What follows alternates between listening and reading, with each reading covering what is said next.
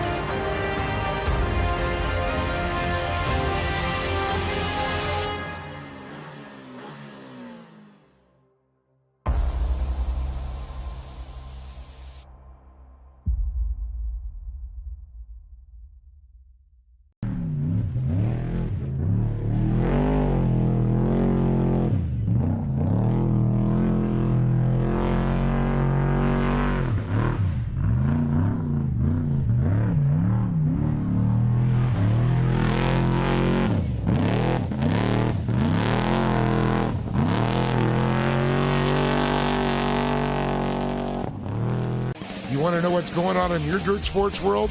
Whether it's four wheels, two wheels, Dirt Sports World's got you covered. From the dirt to the dunes, we bring you the latest action in racing, to lifestyle, the newest parts, the newest vehicles, and what the superstars of off-road are up to. Check out our social media for up-to-date information on Instagram, Facebook, Dirt Sports World, and more in depth, and check out the magazine at www.dirtsportsworld.com. And don't forget to check out our YouTube channel, Dirt Sports World, for some great videos. So make sure to follow us and come get dirty with us. Once again, reigning supreme, Connor Barry, the three-time iRacing Short Course National Series champion. One thing I would like to tell my competitors is the job is not done yet. You can see that Luke Canutt wants to end the season on a high, did not want the fight to end like this. Second place in the championship, but that's not over yet. But the championship leaders banging and rubbing doors on the run towards the line. Oh. Connor Barry tried everything. Experience from the real world to the virtual as well, because then Dashley makes a mistake. It's going to be a new Dashlette this year, so hopefully this means that I'll be running up front more. and history made. Team Gold and Briley on top. One thing I'd like to tell all the competitors for 2025 is watch out, Team Gold's coming. The 2-year wait for victory lane may continue for Keaton Swain. Winning is important. I show up to win, so obviously winning is everything.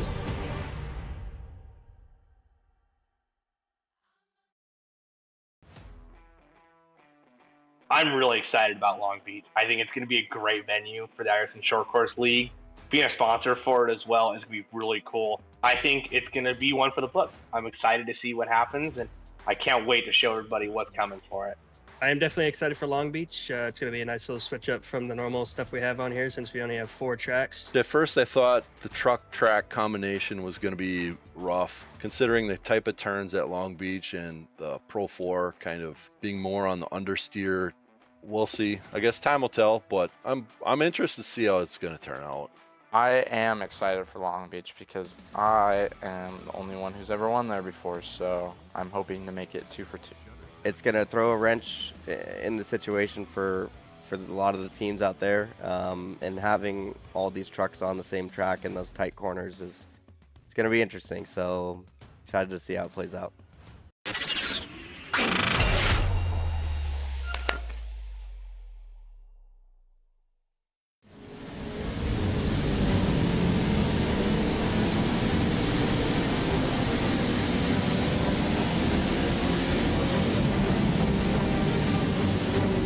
It's time to switch dirt for tarmac as we get set to go once again in the iRacing Short Course National Pro 4 Series. But on the streets of Long Beach for the signature Propellers Long Beach Surfside Showdown, it's a whole new world that these drivers dive into live on RaceBot TV. Hi folks, I'm Junior Cake Party, joined as ever by the voice of off-road Dave Arnold as we get set to go racing. Dave, I love Long Beach. I love Pro 4 trucks. I've never commentated on them together, but I think we're in for quite a blast here today. Oh, I'm looking forward to this. I mean, we've done Pro 2s here, but not the Pro 4s. It's another animal. I think it's going to be a little bit more, of course, just like on a dirt track, this Pro 4 is going to get them a little bit deeper into the corners, but nevertheless, it's not going to disappoint. It's kind of funny as I'm looking at this shot right now. I was actually in that first condo on the top floor watching this last year in real life. Sounds like a pretty good place to go watching. A big shout out to Signature Propellers as well for providing some additional support for this year's event, and we have a special winner's trophy for whoever comes out on top. Let's take a look at the schedule as we hit the halfway mark of the Pro 4 National Series. Of course, Pro 2 National competition to come later on this summer. After this, it's a return to the tracks that we've become familiar with. Crandon twice, the big house, of course. But Dave, this in many ways, halfway through the championship, we're starting to figure out who the shakers are at the top of the leaderboard. Oh, yeah, definitely. I mean, Connor is not disappointed whatsoever trying to back up another championship here. He's been on point, but he can be beat.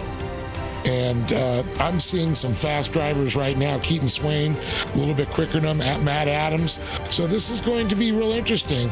But, the usual suspects, they're sitting within the top 10, as we would expect.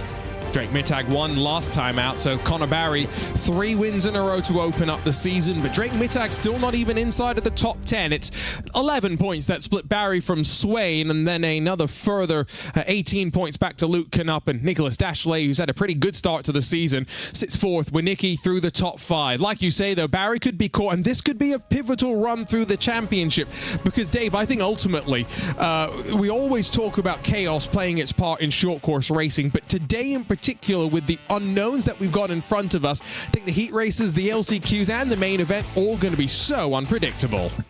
Oh, yeah, and of course, this is all walled off. There's K-rails, there's catch fencing all the way around this. You touch a wall, you're going to bounce off it. You can take out an entire field. We've seen it in the Long Beach Grand Prix. We can see it here in iRacing Short Course. So don't count any mayhem to not be seen tonight. Let's look at the team standings with Factory Sim Sport not far in front of Channel 199 Sim Racing, and Matt Adams, who was fastest in practice representing Channel 199, will hope to try and narrow that margin here today. Let's talk about the format. As qualifying rolls out on track, drivers get the track to themselves and 4 laps to run in a 10-minute session. So with lap times around 1 minute 30 seconds, they've got some time with which to work. Qualifying does mean they can't hit the wall, they can't run off the track limits either. They've got to be very clean, something they won't have to do in the 4 heats, the 2 LCQs, and the 10-lap main event, where we're only going to invert the top 2. So Dave, whoever wins heat number 2 starts on pole position. And that's going to be so important, I'll tell you. Like I said, this is a little bit tighter. There's narrower exits and entrances coming out of this. And you can see there's walls everywhere. You tap that wall, you see the barriers, there's a little contact there. You get out of shape. Could be real interesting. Now, it looks like Connor Berry, having a good run here. I'm looking at the timing still. It looks like Matt Adams was quickest. He was quickest, but not by as much as he was when you and I started looking at the times. It was 7 tenths initially, down to 3 tenths or so with, I think you said it, Keaton Swain second on the board. It's going to be interesting, but, finding the setup for this track, I know a few guys have run the Pro 2. They said, well, we got, a little bit figured out. Difference is the Pro 4 truck handles so much different than a Pro 2. The setups might have to be reconsidered. Absolutely.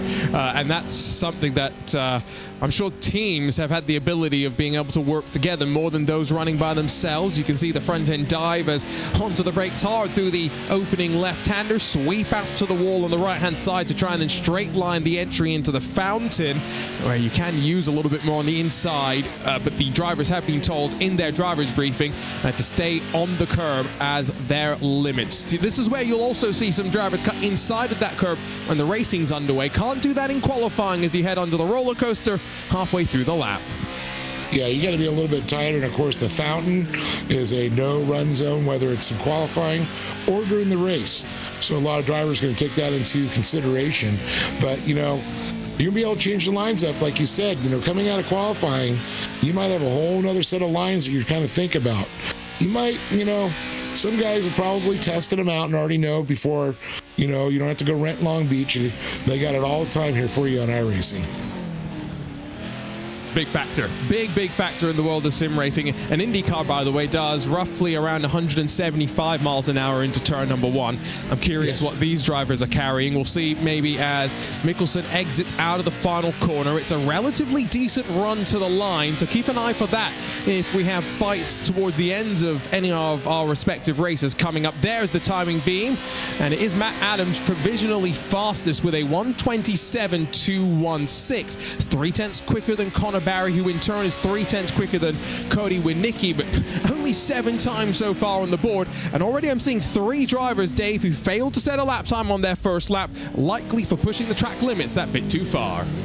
Yeah, that's one of the things. And only taking the, pole position in second place for the fastest qualifiers, you definitely don't want to make mistakes. Every lap you do has got to be perfect here in qualifying.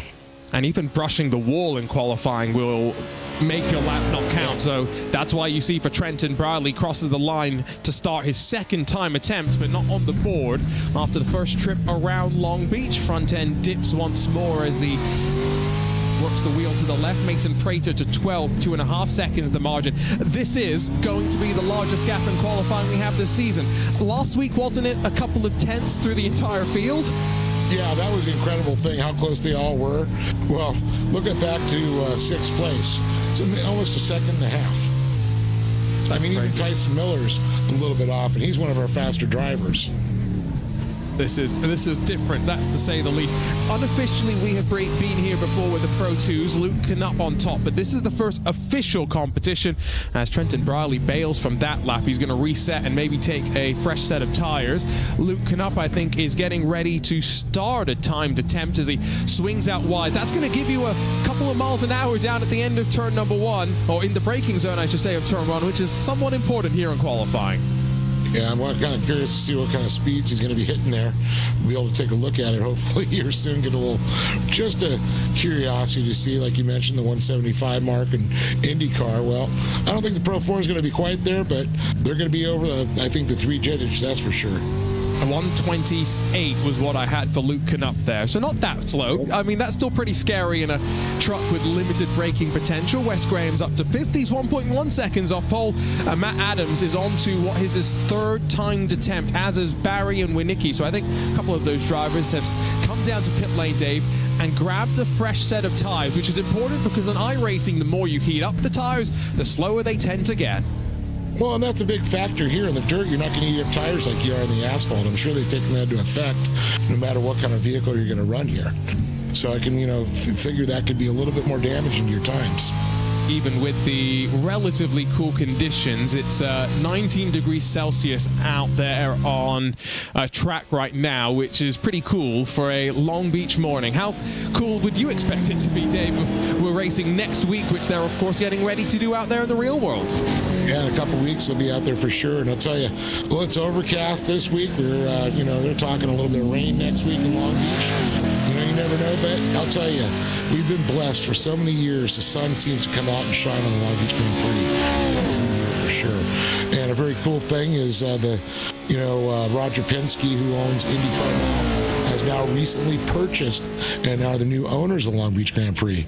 So I expect hopefully another great turnout for it. And how apropos for us to come run it right before, just like the SSTs run on the at the Long Beach Grand Prix. It's nice, although we have no jump, so we're only partially there. Impact Sim Sport Drake Mittag, winner a week ago. He's still yet to put a time on the board. Sean Winkler's gone to 3rd. Dennis Mickelsen's now up to A. And we are starting to see a bit more competition, but it's all effectively 3rd through 15th as Zachary Drapkin jumps up to 11th right now. Matt Adams and Connor Barry, they're done for qualifying, Dave. 127.015. I think good enough for Matt Adams to sit at the front of heat number 1. Oh, well, you can see Drake Mittag right now. He's on his final qualifying lap. Let's see if he can get up there and join the ranks. He's pretty deep in the field right now, especially coming off that win last week. You can see the medal behind him. That's the reward that the winners from the first couple of rounds have had. We have a special winners trophy, though, as mentioned, for this particular event, the signature Propellers Long Beach Surfside Showdown. Say that one 5 times fast. Nicholas Dashley up to 7th. Yeah, and I can tell you, those folks over at Signature Propellers, the Hill family, when I had my personal watercraft, I was racing. They used to do all my impellers, and we had our boat. Chewed up one of my stainless props, which those things, $400 to $600 to replace them. They fixed it. Those guys are awesome. That's all I can say. And they joined the likes of Mark 1 Race Gear. You can head to mark1racegear.com, use the coupon code IRSC5 to get 5% off your order, or head to boozyjerky.com and use the code iRacing Short Course for 15% off, all helping make this series a reality. We've got Pro 4 Series running through the first half of the summer, a Pro 2 National Series after that, and then our World Championship at the end of the year. Should be very exciting for Drake Mittag. I'm starting to feel a little bit of tension on his 3rd of 4 attempts, but I don't think he's going to have enough time to get back around and complete the 4th and final attempt. So this is basically do or die. A winner a week ago, and his first win in the National Series. Hugs it tight to the inside there as he tries to get through to the line. Looks down low, but got to focus up to the timing beaming. Shift still well in sync. 127.0 to beat. 128.4 is the time, but at least he's on the board. Should get him into the top 15. Yeah, that's what you need. You just want to be up there as close, get a good starting position for the heat races, because it's going to be tight. I don't think there's going to be a lot of passing. You might have to get a little physical, do some of the passing. Now, here's a former winner in the Pro 2 category you mentioned earlier, Luke Knupp. Let's see how he's going to do in this one. I did see the reaction from Drake, not happy, and the lap did not count for some reason, so I'm going to assume that through that final corner, hit the wall on the inside, and that, you can do it in a race, it's not going to cause any issues. Here in qualifying, invalidates the lap time, and Mittag's going to start from the back of one of the heats. Here comes Knupp, though, to the line, 3 seconds to go, and he's not going to be able to finish this one as the clock strikes 0, qualifying ends, and Luke Knupp runs out of time. Oh, heartbreaking. Wow, qualifying has some drama as 38 times on the board. Let's quickly look at the power rankings where, of course, with Drake Mittag's win, he slides up 3 positions to 5th, but new onto the board. Zachary Drapkin and Mason Prater. Yeah, there's, the usual suspects up there: Edmondson, Dashalet, Countryman, Swain, Canup, Barry. Not surprised, but with that, like you talked about, that big win with Drake Mittag putting him up there. But Zach Drapkin, he's been caught in the back. He's been fighting his way. I know he's been putting his time in. I expect to see big things out of him in Long Beach. Let's take a look then at the starting grid for the first of our 4 heats for the signature Propellers Long Beach Surfside Showdown, where Matt Adams puts it on pole and will lead us to the green. He'll have the Terminator Tyson Miller alongside, and then Wes Graham, Keith Jeffrey, Austin Schreiber, and Gavin Plummer, the front 3 rows. Remember, front 4 advance at the end of 4 laps. Eric Jones, Fouad Baran, Thad Countryman, and Drake Mittag, the winner of last week's event, with some work to do at the back of the 10-car field. It is a standing start as well, so no rolling through the hairpin and clumsily tripping over one another. And race control now quickly grabbing a final word with all the drivers before we let them loose for the first time tonight. And what a great shot there. That's the long stretch, and you see the VIP lounges there, as well as the TV and announcing in that area. It's awesome. Best seat in the house right there. I thought the best seat in the house would be the right behind him. thought the best seat in the house would be the roller coaster. Yes, that's true too. That's a good spot.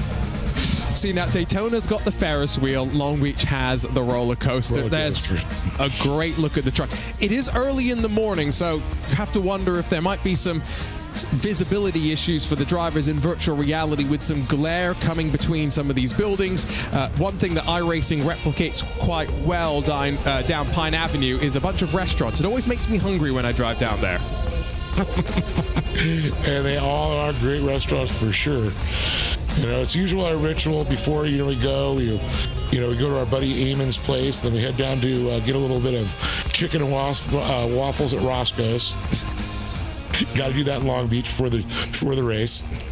As a routine, like for the Indy 500, my routine is Charlie Brown's. That's the place I have to go to. So great place. Every great race has got those great iconic spots as well, and you got to go hit them. Just waiting on Tyson Miller right now, I do believe, before we're allowed to get going. But it's about 800 yards down to turn 1, so there's opportunity if someone doesn't launch these machines well for things to change around. And this is different from the standing starts that we have at Crandon, Dave, when you're on the dirt.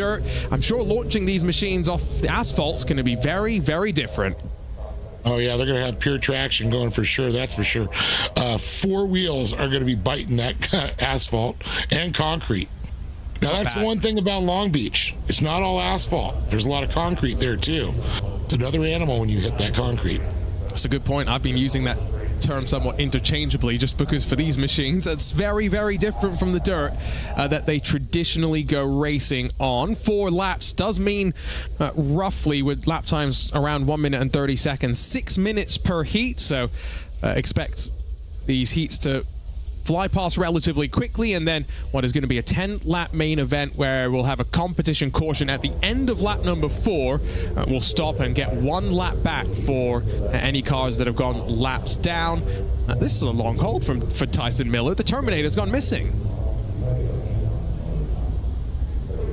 Kind of strange to see it. Now, how long will they wait? That's a good question. Now you're going to go send me into the rule book.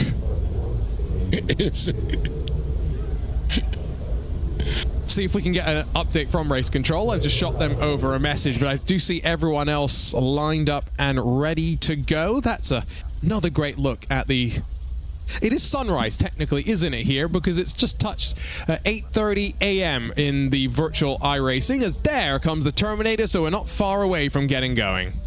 Which the sun is in the southwest position, because that's where the bay is in the Pacific Oceans, where the sun is. So that doesn't make sense. It would be setting in that position usually. We'll gloss over that. At Daytona, Dave, iRacing, because of course Daytona Beach Airport is right by the track there, they have a plane, and someone on the internet, which is always a dangerous thing to say, calculated how fast that plane was landing at, and it's landing at 400 miles an hour. Exactly. So I think certain things we're going to have to ignore. Now you've said that, though, I'm never going to not see it. Yeah. See where the shadow is? Because that's west. Kind of like a southwest, actually. Sun won't be setting. Well, because the harbor's right there behind on the other side of them. Word from race control is that they're just holding because there was some oddities in that qualifying session. Like I did mention, this is going to be weird because you can't run off the track. iRacing has what's called an off-track system, so as soon as you trigger one of those, your lap in qualifying gets invalidated. But because you got the walls on either side of you, if you even brush them, you get what's called a car contact, Dave. And so I wonder if there was a few drivers who were flirting close to the wall and just got a little bit too close as we get ready to go. Here's a curious fact, how close, do you have to actually scrape the wall, or are they close enough where a piece of paper could fit between you and they're going to call it? You always want to leave a little bit more margin, I would say, in a situation like this. But the lights will build, the engines will rev for the first time tonight as we get set for Heat 1 of the signature Propellers Long Beach Surfside Showdown. Good start from some behind. Drake Mittag got his run blocked, though, as they got towards the start line. Off to the opening corner. Remember, it's around 800-odd yards. And to the inside, Matt Adams has still got an opportunity to hold the lead. Tyson Miller's not going to be too brave around the outside with a tire bundle awaiting him if he's too greedy on the brakes. Single file as they slide up to the hairpin. Remember, top 4 to move forward. And that's what I talked about. There's going to be a lot of contact. You're going to actually probably physically move some people to get through those sections. You can see there's no room to pass through here. Unfortunately, there's going to be contact. I'm not going to say we're going to see it so much in the early heats, but later on, as we progress and get in the LCQs, it's going to get a lot more physical. Drake Mittag's already up to 7th. That's 3 spots gained on the start, but in front of him, no one has moved a position. And so the question will be, 3 laps to go at the line. Can Mittag in that 518 climb 3 more positions and get in front of Keith Jeffrey and advance in to the main event directly? Down Eastside Way, a couple of machines scrape the wall. Some fiberglass has gone loose, but the front 4 build their advantage into the braking zone. And we're definitely going to see a lot of different, lines developing. Matt Adams, of course, he's going to have the fastest lines out front. But everybody else, like you said, they're going to be able to go outside those lines. They're going to be able to, scrap the wall, whatever you have to do. And you can see, there you go. There's the physicality I'm talking about. That was 3 wide for a moment, and somehow Drake Mittag was not pointed in the wrong direction, but they definitely cost each other some ground. There's no question about that. And 1.7 seconds now, the gap between 4th and 5th. There's once more into turn 1. They're going to go wheel to wheel. It's Eric Jones alongside of Thad Countryman this time around. And around the outside, that's not what you want to do. It can get you a slowdown. It can also take you directly into the tires, and Jones just avoids any trouble. Yeah, he just barely missed those tires coming around. That is you got to be careful on that line coming through that corner. One of the ways, they always say go a little wide to hit it in, but the problem is to set up for the next turn, you're way out of whack. Great move up the inside from Mittag through 5 to slide past Gavin Plummer. Now he's got to try and focus up to first Austin Schreiber, but a growing advantage up to Keith Jeffrey. We're about to get halfway through this first heat race, remember. We've got 4 of these heat races before we even glance into an LCQ. 2.1 seconds the gap, though, for your leader. Matt Adams is flying here on a road course. Very, very comfortable. I was kind of noticing how they're coming off. It's almost like they come out of turn 1 at Firebird. They come up, they turn 1, they hit up the wall, they go. These guys are using the wall to slow themselves down a little bit. It's a bit Ross Chastain-esque, going all the way back to the Hail Melon, if you will. Once more through the hairpin. I was worried about that one. They all stack up, and the look on board with Drake Mittag for a moment. That was Gavin Plummer and Thad Countryman coming to blows. 2 more laps to go, though, and those front 4 are now not fighting with one another as much. The 2nd, 3rd, and 4th not split by very much. Yeah, I was expecting a little bit closer battles, but you could expect that from the times we saw. It's just when you get into these hairpins, we're going to see them stack up a little bit. That's where we're going to see a lot of contact. It's been a great fight back from Mittag, I will say. After the issue in qualifying, if he was one of those drivers to have been afflicted by that, and he's not going to make it into the main event directly from here, but at the very least what he's done is give himself some slightly better start position for one of those 2 LCQs, where only the top 2 are going to advance. And so based on what we've seen so far, Mittag very good at moving forward. We might get a good example of what he looks like in defense in those LCQs. All the way at the back of the field, Fouad Baran and Eric Jones, they're ready to brawl. Yeah, that's a good point you brought up, is getting a better, even if you don't qualify the higher position, he's made it up to 5th now. You're going to do better in the LCQ. You want to be out front. We already seen what happens through the first term. You got a lot of speed, then everybody starts back, stacking up. When you go through the roller coaster, the hairpins, it's going to be tough to pass. You say it's going to be tough to pass, but one thing just springs to my mind. I was commentating on the IndyCar Pro Esports Championship they had last year.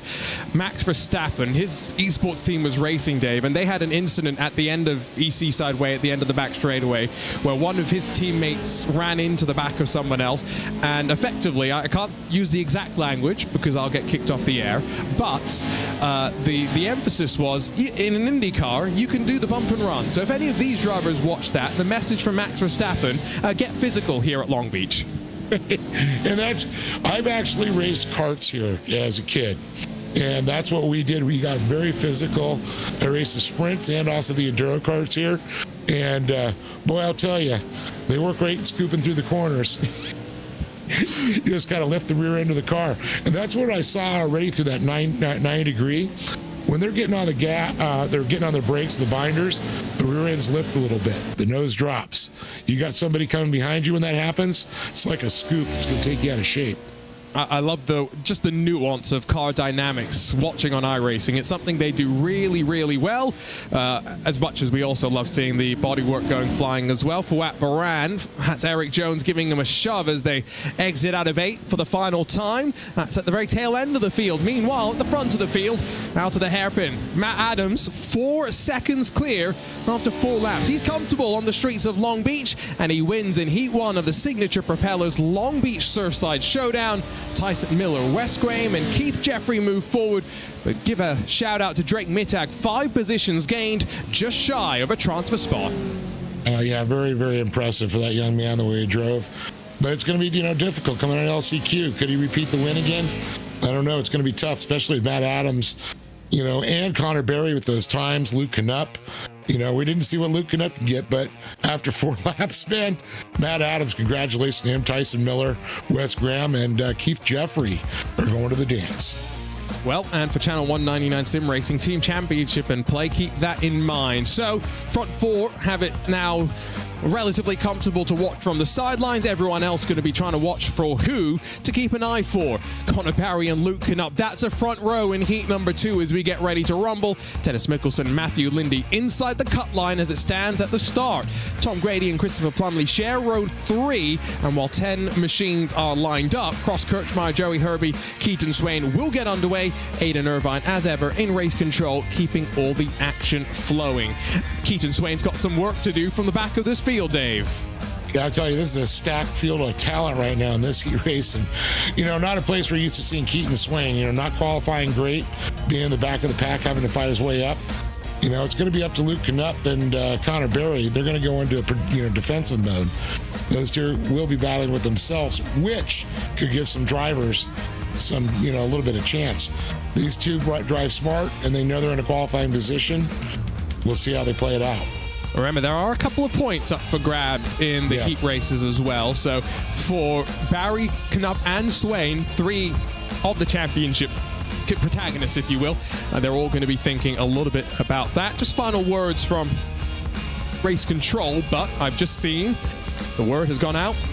We're getting ready to rumble, so we'll keep an eye up to the left. When that flicks yellow, these drivers will start to see the lights build, and then 800 yards into turn 1, will it be Barry or Knupp that leads? You get the feeling both are going to be brave, and both will try and give it their all. Heat 2 of the signature Propellers Long Beach Surfside Showdown is go, and off the line. Great jump from Barry. Closes the door on Luke Knupp instantly. He's going to have to cover to the inside as they rumble to the end of East Shoreline Drive, though. And behind them, 2x2, fanning out. No one yet, single file. Knupp trying to find his way back to the inside, but now Dennis Mickelson is there as well. There's a bit of argy-bargy behind as Tom Grady goes a bit sideways, but I can't quite believe I'm saying this. 10 machines up to the fountain, all in a straight line. Yeah, definitely a little bit of contact there, Lindy and Grady for sure, but a great move. And you can see that Connor Berry actually moved out a little bit to make Connor go, a little bit deeper, but Connor just pushed Luke right out, set up the line just perfect for himself. It's so interesting watching these drivers on the brakes here, where you don't move around as much as you do on the dirt. Now, Plumley and Grady, they're playing crisscross city for 5th and 6th, but what they've done is allow those front four 1.6 seconds out of turn 8 for the very first time. This is suboptimal. 700 yards where they've just lost all sorts of speed to the end of this back straightaway. Luke Knup's going to go to the inside and try and challenge for the lead, though, as they sweep through turn number 9 to the inside through the hairpin. That will give Knup the opportunity. Mickelson's not going to wait around too much as well. Lindy's in the action, 4 at the front, and all stacking up through the hairpin. I can see that they almost left the door open there, and you saw Mickelson trying to go up the inside. So Luke not only trying to make a pass on Connor, can make a mistake. You got to really, have more spatial awareness with the other drivers around you, especially on this track here. If you're trying to push somebody out of the way, you may just open the door for somebody else to slip on the inside. This was what those behind were hoping for, but those behind starting to brawl even harder as on board with Luke Knup. That's a look of focus on the face of the team goal number 5 as he almost rides the gearbox of your championship leader. Remember, 3 wins to open up the season for Connor Barry, including one of our Triple Crown events. And last week was by no means a poor points event. He's still very, very consistently up towards the front. Yeah, definitely some good lines. If you really pay attention to these lines he's setting in, he's hitting the entrance, hit the apex perfect, sliding it out, driving it like a road car. Even though it's Pro 4, and that suspension is a lot stiffer than it would be. There's no jumping. You don't have to worry about that. You can set that thing as stiff as you can. And four-wheel drive is not necessarily the most common for a car that goes racing on asphalt and concrete, right? You'd traditionally be a bit more two-wheel drive. Four-wheel is something that we've seen in modern prototypes, but not much outside of that. Now, they're not going to be 3 wide because they instead decide to play bumper cars up the inside for Keaton Swain, who's not made much inroads. He gets bullied out wide for a moment, but he's going to lunge to the inside of the hairpin as on his outside, there's a car that flips up and over. Cross Kirchmaier gets the door, and race control is going to take a look at that one, and Keaton Swain might get some penalty points going his way. I don't know. I think Keaton had the established position. It looks like he probably got Crossfire turned into him. I'd love to see a replay of it, but, once you get your nose, you establish your foot, it's like keeping that door open. Benefit of iRacing, infinite camera angles to go back and watch these incidents, and incidents are plenty. There was a change for last week. Drivers no longer have to report any incidents. Instead, race control goes through every single lap and reviews every bit of contact manually, which, just gotta say, Dave, they're taking on a mighty task in terms of time. Yeah, that is very time consuming for sure, but you know what? It makes everything fair. Okay, let's take a look at it. Now, look at Swain coming up the inside. Very clean right there. Now, this is where we go left, and then the right is going to be set up after this one. Look, bam. I agree. Swain had that position. Keaton was right on the inside as well, right? It's not like he's gone out wide and missed the apex by a country mile. So, yeah, no, you're right, actually. Keaton holds tight, and maybe Cross Kirchmaier getting a little bit too crossed up on the steering and too tight. Top 2 have run away. Mickelson and Lindy have lost out, and so 1 lap to go from Long Beach. It's the Knup and Barry show once again, running at the front of the field. Yeah, Mickelson and Lindy have been going at it. I mean, Lindy is all over Mickelson. Mickelson's got a protective mode right now, which, at this point, you're in a qualifying position. Yeah, it's going to get you a little bit of a better spot for the main event, but you are qualifying. Don't take a chance of taking you both at this point. But I think Connor's, and Luke are actually fighting for some points, but Connor is on point himself. Absolutely. I think for Luke in particular, knowing that he's had an up and down start to the season, all things considered. He's had the speed, not always the luck. He kind of needs a couple of extra points from finishing this heat race at the front of the field, but 7 tenths between them might be a little too late. As out of turn 5 for the final time, Mickelson's looking pretty comfortable as well in front of Lindy. Kirchmaier is the only driver sitting in pit lane. Through all the chaos we've seen so far, attrition hasn't played a huge part, at least just yet. Yeah, I was surprised. I was like, I wasn't thinking it would be much, and we saw in the first heat. Well, here we are on the second and third, and they were getting a little bit more physical. Benefit of the sim world as well, the fiberglass instantly put back onto the car after your 4 laps of racing. You don't have to pay that virtual repair bill. Luke Knup's put the pressure on. He's put some moves on Connor Barry as well, but the championship leader is going to exit out of the hairpin, and by winning in Heat 2 of the signature Propellers Long Beach Surfside Showdown, he'll line up at the front of the main event when we go racing for 10 more laps behind. Lindy gets in front of Mickelson. That's important to get him some grid position coming into that main event. And while Keaton Swain does not advance, he's moved himself up to 5th position, done all that he really could. Yeah, these LCQs, boy, I tell you, there's some major talent going to be in LCQs tonight. You definitely don't want to... Seeing these heat races stacked with the talent already is crazy. So Connor Barry, an incredible job. Luke Knupp, Matthew Lindy, Dennis Mickelson. But as you mentioned, Swain, he'll be up front when he fights in the LCQ with Grady, Plumley, Herbie, and Kirchmeyer will be joining him. It's pretty crazy to see all the factory SimSport entries there as well. Grid for Heat 3, Winkler, Dashalet, and then Deshore and Drapkin front 4. Mason Prater, Adam McAfee line up 5th and 6th positions. 9 trucks to roll off once again with Brock Smith, Solomon Bershinger, and then Trenton Briley at the tail end of the field. I saw at least one person in the iRacing short course chat cheering on for 906 Dirt, someone else cheering on for Team Gold and for Lindy. We're going to see a couple of those drivers at least in this respective race. And like you said, more physicality in that last race. I think they're all getting a sense, Dave, for what they're going to get away with from their fellow competitors.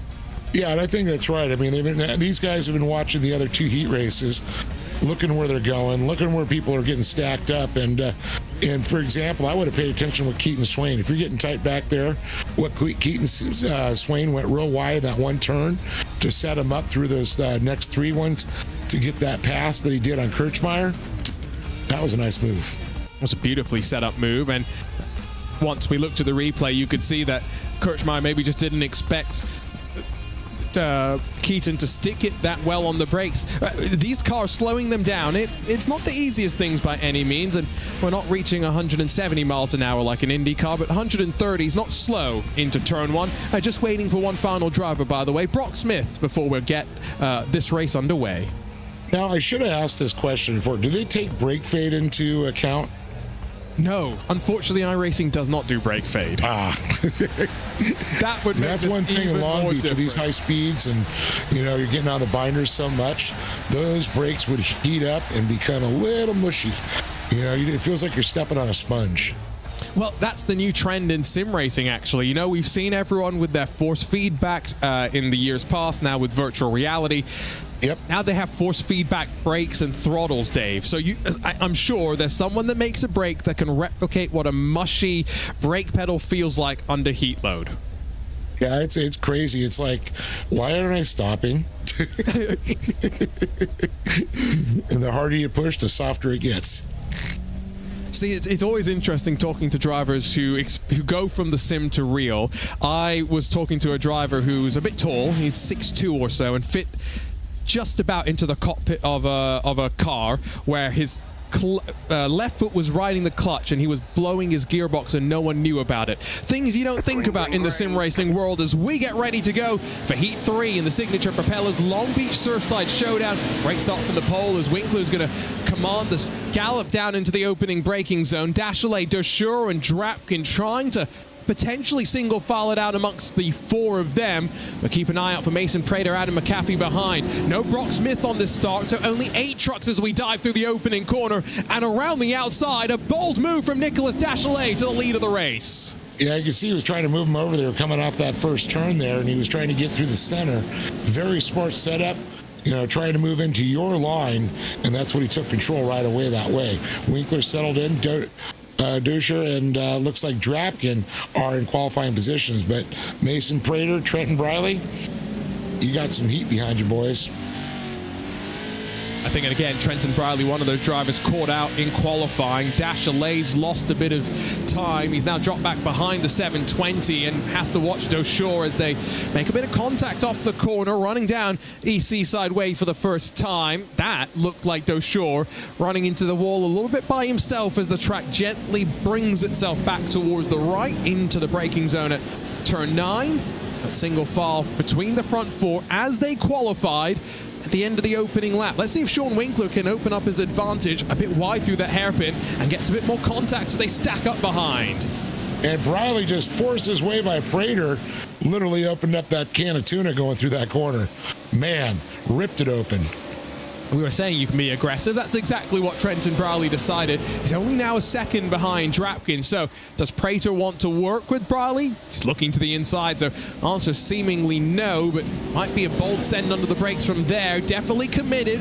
Briley had to open the steering, give him the room, but Prater slides his way on forward.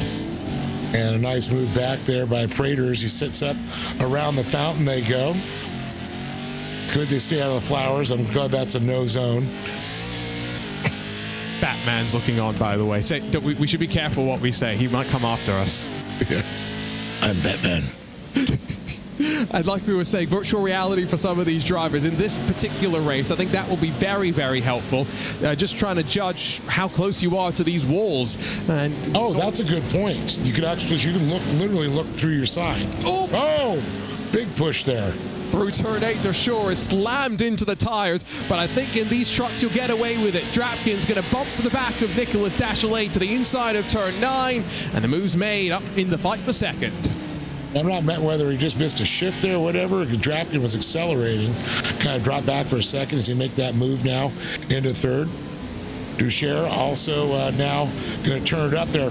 Oh, goes a little wide in that corner. You should have really got down low. You got to, we're seeing you got to force the situation. This is great racing, though. This is, even without jumps, a showcase of why the Pro 4 trucks can go to many of the road and street courses around iRacing and put on a show. So maybe the next thing for the iRacing short course series is a dedicated series with just road courses. That's the 909 really opening up the entry to turn number 1. I actually like that idea. Seeing a series racing asphalt, all the famous tracks. I mean, there have been leagues where, they put the NASCAR machines and they only race on road courses. So we could do the same things as well. I was just taking a look, by the way, Brody Deshore, by going out so wide through turn 1, what you're actually doing is going onto the pit exit, which in iRacing gets you a slowdown because they don't want you to be there. He served it. He's not lost too much time, fortunately. But that's the thing these drivers have been encouraged to do. Outside of the fountain where they've been told they can't cut, they're allowed free reign around the track to run whatever line they want. They just have to serve whatever penalties iRacing will give them as well. And that could just be a slowdown racing or a slowdown. Yes. So you don't have to go into the pits necessarily and serve it. That would be painful. That would be really bad. Yes. And a great move there. You see that they're keeping it tight. Dachelet, Drapkin. Now we can see Trent Briley still fighting with Mason Prater back there. Now this is going to come down to, with the final lap, the white flag's out, who's going to get in front of each other for that LCQ.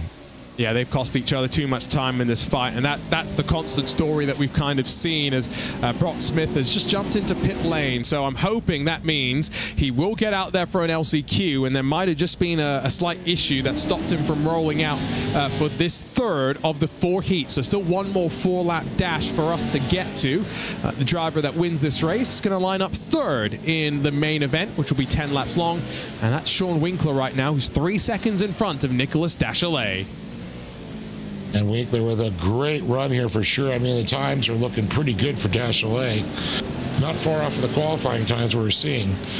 But you can see that Dachelet, Drapkin, he's way back there. And Prater's coming up on him quickly, it looks like. He went for it, that's for sure. Did the 909 and now forces Drapkin to be defensive for the final time, running to turn 9. Squeeze, there's barely a truck's width there. Drapkin's defended very, very well. He's going to have to watch, though, this run towards the hairpin for the final time, as plenty of contact being made as they run bumper to bumper into the brake zone, shoving their way through the hairpin. Sean Winkler wins, though, Heat 3. Dachelet, Drapkin, and Deshore, the rest of the running order. Only one change between those 4 inside of where they qualified. Mason Prater and Trenton Briley really closed the deficit on the final lap. And you can see Deshore looked like he was trying to use Drapkin as his brakes there. Drapkin was on the binders. Cher was a little later on the brakes and hoping to force him into a mistake, but as you can see, it turned out well for Winkler, Dachelet, Drapkin, and Ducher. With Prater, Briley, McAfee, Borschinger, and Smith, 3 laps down, but at least make it to the LCQ. They say 8 breaks are better than 4, and so I can understand what the 909 was thinking. Ready to go. Final heat of the day, and it's going to be Cody Winicki and Josh Edmondson, who were pretty quick in qualifying. Up on that front row, Evan McFarlane and Tyler Shattuck, row 2. We saw Matthew Lindy quick. Does the KES 444 have some speed in its setup? Crystal King and Carl Cooper just miss out on the automatic transfer spots in terms of qualifying. They'll line up in row 3. Jeff Ives, Christian Noble, and then Cody Vanderveer, the 9 that will get ready to go. Remember, 4 to move forward, and the last couple of races increasing in their physical intensity. Well, I mean, it's definitely gotten crazy. I just can't wait to see what the LCQs are going to bring. This is going to be a good one. Like you said, Edmondson had some great lines. He had some good times with Winicki. See what McFarlane and Shattuck and Crystal King. She had a rough one last round. I expect her to be doing a little bit better. I know she's probably been putting her time here in Long Beach. She's just had a rough season, to be honest. Hasn't done much wrong, and nothing's gone her way. Still sits. And it's not been her fault. I mean, exactly. I'm going to say it plain. It's nothing. She's like in the wrong spot at the wrong time a few times. And she still sits 14th in the championship. So I think that tells you plenty about just how quick she can be, even with that misfortune. 4th and final heat. As the lights build, we're ready to go. It's going to be Cody Winicki, Josh Edmondson on the front row. Signature Propellers, Long Beach Surfside Showdown action once again. Good launch from that front row. 3rd for Evan McFarlane's going to see him be able to clear Tyler Shattuck. It's Crystal King, 5th in line. Going to finally give us some excitement down into the left-hander, the first braking zone of the lap. She's shaping up in that Shenandoah Shine machine, and she'll have an opportunity because Shattuck's all sorts of out of shape. Everyone's out of shape. Evan McFarlane's gone to the lead of the race from 3rd position, but everybody through the fountain section for the first time. And you can see they look at their coat. Might be a little infraction there. They went through the flowers, tiptoed through the daisies there. It didn't do them any good for sure. McFarlane with a beautiful move there. Edmondson showing some great speed. We can see Winicki on the move there. Kyle Cooper, we saw him go by on the 73. He's back there. He's already got some front end damage back there too, it looks like. This could be the first race where the pole sitter does not go on to convert. As you see outside of that front 4, Crystal King and then Carl Cooper, Jeff Ives squabbling with one another. That's all sorts of out of shape for the 906 dirt machine, but avoids clattering the inside curb too heavily onto EC Sideway once again. Side by side for the race lead. Evan McFarlane's on the outside as Edmondson tries to block him off. Into the wall momentarily for the 444. Cody Winicki finds his way around the outside. Hits all action in this 4th and final heat. And that's a good spot. That's exactly how Swain did it there. Winicki jumps down to the inside, gets McFarlane back to 3rd. Vanderveer, you can see him there. Fiberglass flying through the air. Crystal King still just outside that bubble right now, but Vanderveer is in her sights for sure. Now watching this going around the outside, McFarlane trying to make a move now. Winicki trying to get to the inside, but he's going to be on the outside of this turn and they go into the left-hander. He's trying to induce an overcommitment on the brakes, but McFarlane's wise to it, does not make what would be a rather rookie error at this point in the race. Feeling the pressure, dealing with it, that's the same whether you race on the dirt, whether you're here on the streets of Long Beach. So these drivers know exactly how to defend in these sort of situations. It's those lines, though, and executing on them, which can be a little bit more difficult to do. Vanderveer is not far away from Crystal King, so we're going to have to keep an eye on that 4th and final transfer spot. There's a look behind the wheel of the 159. Yeah, great shot with Vanderveer. He's looking very calm right now, very focused. Total on that last qualifying position. Looking smooth. You can see Winicki up in his sights up there as they continue to battle with McFarlane. Now, this is a good time, I'd say, for Vanderveer. Get up into that position, that we saw that Swain did. If he can get up there, because this is a good point to go on the outside. It's not close enough yet. His hat said, "Make America wild again." I think we need to make that front 3 fight a little bit more intense, and then he'll be right there. Crystal King and Carl Cooper starting to hold each other up for 5th and 6th position. So Van der Veer in that no man's land as we finish the second of our 4 laps in this final heat. Is Cody Winnicki going to get close enough to the 444 to have a look? Remember, can't go out too wide in that opening corner. It will get you that slowdown. They're all leaving that truck's width as they slide off to the left. And they, unfortunately, they think you're going to the pits, like you said. So that doesn't do them good. Ooh, hits the wall there, does the 444. A little bit too aggressively trying to open things up. Now that, stalemate right now, though, isn't it, Dave? Yeah, that's what I was going to say. It was like nobody's doing nothing. It's stalemate for sure. This will be a great shot, just working that suspension, especially coming out of this long right-hander. You'll just try and get the power down. And look at that margin. Look how close to the wall they get. And like we were saying, Dave, in VR, you can glance out to the left and you know exactly how much margin you've got. Yeah, definitely. You can see the damage there back there on Winnicki's car. A lot of front-end dents going on there. Looking at the inside, he goes a little wide again. McFarlane with a great lines right now. Edmondson's clear as well, so I think McFarlane's more just focused on holding up Cody Winnicki. And like we were saying at the start of the race, after everything that happened, first time our pole sitter isn't going to go on to convert and win their respective heat. White flag in hand. Where does Cody Winnicki, who started this race from the front, elect to go on the 444? They've got a full second back to Cody Van der Veer, but they don't want to open that door into the braking zone for the final time. So Krista King back there in that 5th position with Kyle Cooper not far behind her. She'll be in a good spot, though. She stays where at going in the LCQ as we break them up a little bit. Should put her inside of the front 2 rows. Don't know exactly which LCQ she's going to get filtered into, but it's going to be crazy. Top 2 to advance. I would be very, very glad if I was one of those 16 that advanced directly from a heat race. Oh, yeah. This is what I would not want to go to the LCQ, because there's going to be a lot of talent, and we only take 2 out of them. And you don't know which one you're going to be in and who you're going to be with. I'd almost prefer to be in an LCQ at Crandon starting 10 wide. I don't know. That's just crazy to say. No, it makes sense. You have a better chance, I think. Here it's just, wow, you got to be on point. Got to be on point and hope for the best as well. Cody Winnicki thought about it for a second, but then thought better of it. It's been interesting this 4th heat, that's for sure. The first time, pole position has not gone on to convert, and so Josh Edmondson's going to grab the win in this 4th and final heat of the Signature Propellers Long Beach Surfside Showdown. Evan McFarlane, Cody Winnicki, and then Cody Van der Veer to move on forward. Crystal King gets quite close at the end of the day, but it's too little too late. Yeah, she was able to get up there, give him a little bump there, but unfortunately it was only, coming up to that checkered flag. It's the Channel 199 sim racing machine on top. I tell you what, they've got a great chance of maximizing points in terms of team championship today, but everyone outside of the front 4 has some work to do in those LCQs, Dave. Yeah, that's for sure. I mean, McFarlane with KES, they're not in it, but Racecraft or Factory Sim Sport, they got a few points there. Crystal King, but unfortunately, she has to go to the LCQ to prove that.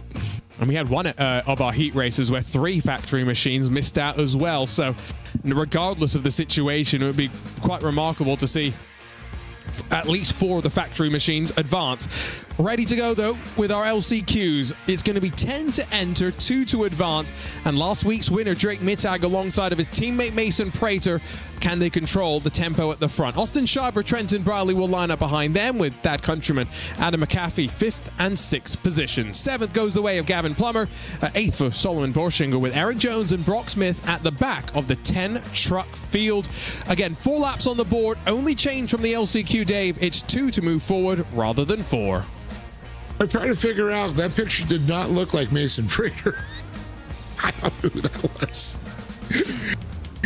Okay, but yeah, it's going to be interesting. This one, Mittag, Prater, Briley, Countryman. Oh my goodness. Some, I'm not counting out Schreiber or, McAfee, but I'll tell you, those are 4 big names that usually sit up there and fight their way in the mains. Have gotten word that Solomon Borschinger will not take to the starting grid, so 8th position going to be empty as we get ready to rumble. Remember, just those 4 laps, roughly 6 minutes of racing, and we've packed a decent amount of action, to say the very least. 2 of these LCQs, let's see how much more fiberglass we can send flying. Race control has just let the drivers know. Focus towards the lights, rev those engines, and the signature Propellers Long Beach Surfside Showdown gets ready to head into last chance qualifier action. The cars squad up and away they go. Great launch from Drake Mittag. Crater's going to be under pressure though. Austin Schreiber jinks one way than the other as they head down to turn 1. Bradley, Countryman and McAfee behind as well, just plotting where do they place themselves. Middle of the track for the top 2. Schreiber finds a door and tries to force it open though in the fight for second. And I'm seeing that as a couple of teammates right up front, correct? Yes, indeed. They've done very well, actually, out of the fountain to still be 1 and 2, headed through 4. Yeah, that's going to come down to it. These two, definitely fighting for their team. You also want to get your teammates into the main event. Those are all the 2 qualifying positions. Schreiber, you can see him. You can see Briley, we just were on board with. And you got Countryman back there. And then Gavin Plummer, Brock Smith, who unfortunately had that issue and had to get forced into the LCQ. He's back there, but I'll tell you, it's going to be tough with Mittag. And Schreiber gets by him. But look at Mittag, just bye-bye. Schreiber made that move very, very nicely, and now Prater's trying to figure out which way the Team Gold pair will go behind him as well. Briley to the outside, down into turn 9. He's going to try the 2-for-1, but he's overcommitted surely. Slides back behind Austin Schreiber. Drake Mittag has sailed clear at the front of this field. Last week's winner, surely just thinking about how his main event is going to go, but they'll stack up into the hairpin behind. Schreiber gets pushed wide. Briley bullies his way forward. Prater back up to 3rd, and action down towards turn number 1 as the fiberglass goes flying. Yeah, Prater will have the inside line coming through here, but you got to establish it because you go kind of like a little bit of a right, and then it's a big drag race for these guys. It's an 11-turn track, but in these machines, they must feel like some of those corners go on forever. That's contact between Gavin Plummer and Thad Countryman behind. Schreiber and Prater still squabbling over 3rd position right now. Exactly what Briley wants to see. If he can get an opportunity to fly away like Drake Mittag, he will not look back. He will take that with both hands. Yeah, I mean, these guys usually, we have 1 or 2, left turns, right turns, mostly left turns. There's a lot more with those 11 turns here. We're mixing it up quite a bit. So these drivers, it's a lot more physicality, even in the sim. You got to work a lot more. A couple of these drivers even have motion rigs as well. Imagine what some of the contact must feel like as they the walls. That's a bit of contact for Austin Schreiber, and behind they've stacked up. Brock Smith sees Sky for a moment, but it's Gavin Plummer that loses out and drops to the tail end of the field. Well, we were missing jumps. Brock Smith found his. And Mason Prater missed his braking zone. He's found the wall instead. Yeah, definitely a little late on it, for sure. Wasn't expecting that out of Prater. Well, I tell you what, Trenton Briley's got his opportunity. Prater and Schreiber are so intent on knocking 10 bells out of one another that it's now 1.5 odd seconds between 2nd and 3rd positions, and they're still going at it to turn 1 once again. Yeah, you can see Schreiber trying to get a big move on the outside. Prater's going to push him a little bit wider, trying not to establish that preferred position coming into it. But the left-handers here. Mason's going to come around the inside. You're right. They are intent on letting each other know they're there. Yeah, no, I don't think they even think that there's a car up in front of them anymore. This is their fight for the win right here. Here's a look at the replay of slightly further behind. Oh, and he just gets squeezed into that tire bundle, which is jutting out from the wall. Yeah, it's definitely will send you into the pits with that issue. Well, attrition. Still have all 8 trucks out there, 9 trucks rather out there. Not that high, all things considered. So these trucks take a beating, definitely more than an Indy car. So that's nice to see. An Indy car loses part of its front wing, and they start complaining about downforce. We lose part of the front nose, and we just think the trucks look better. They look cooler. That's right. It's battle scars, isn't it? Yeah, you don't want to break a canard off on an Indy car. Think about how much that costs. Oh, jeez, yeah. Oh, yeah, somebody told me that nowadays, the clips used to be expensive back in the day, but they could be up of $30,000, $40,000 now. I can believe it. That is for sure. One final lap in this LCQ, and top two looking somewhat comfortable, I would argue. Drake Mittag and Trenton Briley have stayed out of most of the fighting. Austin Schreiber and Mason Prater have somewhat separated themselves out on this final lap of the race. 2 miles left to go. Yeah, Trenton, he had most physicality out there. Drake Mittag pretty much jumped out, didn't look back, but Briley worked his way up, got through Schreiber, Prater, and never looked back from that point. This is a track which was first hosted racing back in 1975. Formula One came here the following year, and IndyCar, or CART, first came here in 1984. The layout that we're running, only since 2000 have they been using this. And I've got to say, I sometimes go back and look at some of those old layouts with some of the high speeds that they had back then. Running a Pro 4 around those, that would have been also very, very interesting. Yeah, we were hitting in the old, because I'm not going to say how old I am, but back when I raced the car laydown carts, we hit about $160. That sounds scary. And that's with two 100cc motors sitting underneath your shoulders. Well, we'll have to go find some videos of that if we can. Drake Mittag out of the final quarter, drifts and slides his way to the line. Victory in style in the LCQ, but the work's not done. He'll line up towards the tail end of the main event. He'll bring Trenton Briley with him, and everyone else done for the day in the signature Propellers Long Beach Surfside Showdown. It's hard to get used to seeing Mason Prater not go to a main event. Or even Countryman, they've been there. Yeah. Eric Jones, Gavin Plummer, Brock Smith at the tail end of the field. These are some drivers who you wouldn't be surprised to see in main events either. It's just the reality of the short course national series now, with only 20 drivers in the main event and a field of almost 40. Half of the names are going to miss out, which is just crazy to think about as we take a look at the results of LCQ1. Yeah, it's crazy to see. Impact SimSport got up there with Drake. That's great. Team Gold, Trenton Briley. They're still on the board there for the team points, so great to see. Then Schreiber and Prater, unfortunate for those two, not making it. Top two confirmed from that LCQ. No race control changes. Let's go, though, for LCQ2 with Swain. Yes, Keaton Swain at the front of this one. He'll have his teammate Crystal King alongside, and then one more factory SimSport machine. Tom Grady inside of Carl Cooper. Let's see how they control proceedings at the front, with Plumley and Shattuck 5th and 6th positions. 7th for Joey Herbie, and then Christian Noble, Cross Kirchmeier, Jeff Ives, and Fouad Baran. It is going to be 11 in this respective LCQ, but still only the two to move on forward. We are just waiting for race control to give the final command to the drivers, but I think this one is going to be very, very interesting between the three teammates at the front of the field. Commands being given, eyes towards the lights once again. And the two final spots in the main event of the signature Propellers Long Beach Surfside Showdown are on the cards. Who gets it? We're about to find out. Swain launches pretty well. So does Crystal King, but as expected, teammates 1, 2, and 3 as they run their way down East Shoreline Drive. First non-factory SimSport entries, Carl Cooper in 4th. Where does he pop himself? He's going to have to shape to the outside with Tyler Shattuck looking there as well. Teammates play bumper cars, though, through the braking zone. 37 gets out of shorts as Shattuck loses some speed. It's Swain and King, still 1 and 2, though, out of the fountain. And you can see Plumley trying to get up in there as he gets by Grady. You can see, up and over. We got carnage going on. 4 or 5 cars all caught up in it right there. A couple able to get by. That's going to move up Kirchmeier. Kirchmeier, unfortunately, had that incident early on, got flipped with Keaton Swain. He's probably got Swain in his mind right now. But back in 5th, it's going to be tough. Now up to 4th with Grady in 3rd. Crystal King, though, and Keaton Swain able to check out. That helped them quite a bit. Well, that's our first big one of the day, that's for sure. And only those top two not involved. Everybody else tangled up and various extents of damage through the field. Plumley and Ives already sitting in pit lane. They needed the flatbeds assistance to get there as well.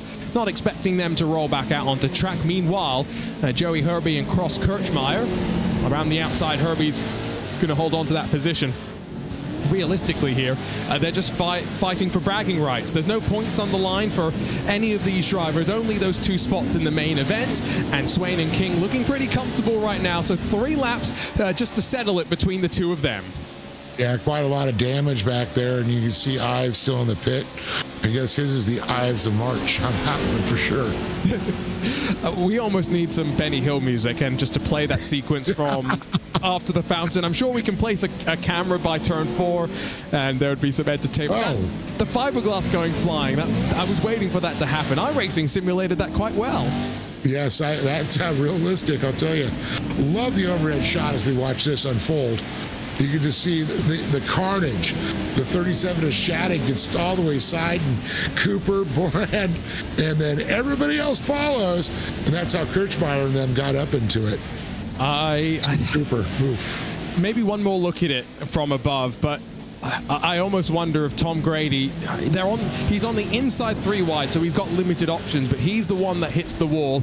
And then from there, the chain reaction kind of starts. He might be the one race controller's most looking at, but you get the sense multiple people might take some blame for that. There have been a couple of drivers at the front of the championship who have had points penalties. This will give us another look. So he's got shoved once, twice, thrice. I mean, yes, he hits the wall, but he's got pretty limited control. Was a little out of shape already, too, though. Yeah, they're all, I mean... Again, they're all out of shape. benefit of the sim is you get on boards with every car, and you can move cameras around at free will. So, yeah, our poor race control team, they're going to be here till next week. Yeah, I love seeing the background. You can see all the Weiland paintings on the building there at the convention center.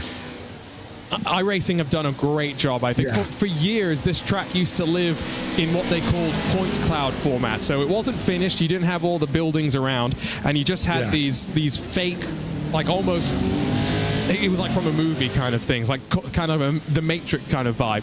When they said they were going to do this, I didn't quite believe it was going to look this good. But like I said, you run down Pine Avenue out of turn 6, and I get hungry because I see a California pizza kitchen, and I go, ooh, I want some pizza. BK, baby. It's just how my mind works, unfortunately. And Bubba Gumps is over there, and the Shark Club. See, it's going to be very different next week when we finish up what has been a stretch of 4 consecutive rounds back at the Wild West Motorsports Park. We're definitely not going to be talking about all that food. This is the view from Joey Herbie now. This is how he got through all of this. Now, I say get through all of it. That's probably the wrong adjective because he's in all of it as well. Yes, he felt every bit of it too, I bet. Oh, if he's at a motion rig, that would have been uncomfortable. Yeah. That's when you see your chiropractor the next day. Several trips to the chiropractor are required after that one. So no changes, as many would expect, as we get ready to end this race. Our final lap begins. 2 more miles for Swain and for King, but for Kirchmeier and Herbie, like we said, between the two of them, still some bragging rights. So off to turn 1, running down East Shoreline Drive for what will be their final time tonight. As Cross Kirchmeier is going to have to cover that middle, cover the inside into the braking zone. And you can see with the final lap, it's going to be Swain and King are going to take it. But, Plumlee, I'm sorry. Yeah, he's just shocking to see him all the way in the back, too. Yeah, he's going to be frustrated. Although, I will say, Factory Sim Sport, they'll lose Tom Grady and Plumlee, but at least they've advanced Keaton Swain and Crystal King. They're not going to be getting many points at the back of the main event, so they will have to move forward. We will have a competition caution at the end of lap 4 of 10, so an opportunity to pack the field back up. We might see plenty of the trucks looking like this, a bit Mad Max-esque after 4 laps, I think. Yeah, a little worse for wear, for sure. One thing I think they left out is the Taco King. There's islands. See, maybe that's what iRacing has to do. Every year we need to come back and update it with new restaurants. Poor iRacing art team shouting, Arjuna, why would you do that to us? We've already got enough work, just not adding Wheatland at least yet. Anyway, out of the final corner, here comes Keaton Swain. 5 and a bit seconds clear of Crystal King, his Factory Sim Sport teammate. But the championship contender has done enough to make it to the main event, but the hard work's only just beginning. He's going to line up 18th of the 20th when we get ready to go. Yeah, that's going to be a little rough for seeing him all the way in the back. It's going to be a rough, one. But it's good to see Crystal King, especially after the way she was a rough season so far, we'll just call it. Rough to say the least. We'll grab a look at our results, see who we are saying goodbye to, And then get ready for the main event of the night. 3 factory SimSport machines at the front, but only the front 2 to move forward. And so bye-bye to Tom Grady, Cross Kirchmeier, Joey Herbie, to Carl Cooper, Tyler Shattuck, Fouad Baran, and Christian Noble, alongside Jeff Ives as well, who finishes this one 2 laps down, 3 laps down on the board for Christopher Plumley. We've got about 3 minutes of a warm-up session for the drivers who advance directly from the main event, from the heat to the main event, to get back on track and to maybe grab a brief warm-up session. But before we take a look at more on-track action, for those that missed the start of our coverage, special video as these drivers talk about this special treat coming to Long Beach for the signature Propellers Long Beach Surfside Showdown.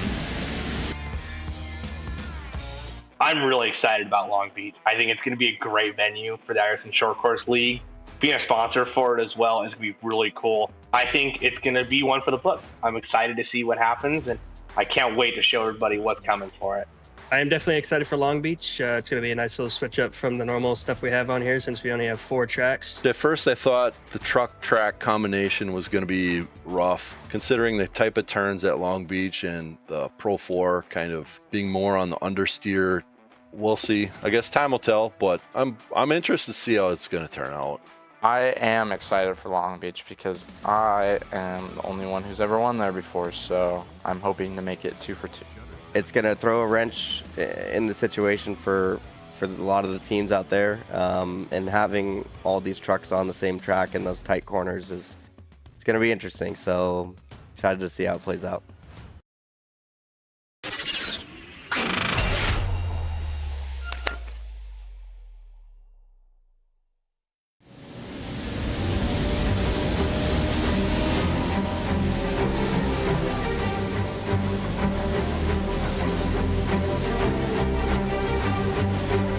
We've switched the dirt for asphalt and concrete as we get ready to rumble for the signature Propellers Long Beach Surfside Showdown, halfway through the iRacing Short Course Pro 4 National Series in 2025. I'm Juna Kankipati alongside of the voice of off-road Dave Arnold, live on RaceBot TV and on the iRacing Short Course channels as well. And already we've seen some incredible racing. 4 heats, 2 LCQs to set our field of 20 for the main event. 10 laps of action, an invert of the front 2, and a competition caution at the end of lap number 4. Dave, this could be one where a championship is really set in swing. Can Connor Barry continue to push his advantage, or the rest of the field push him to the back?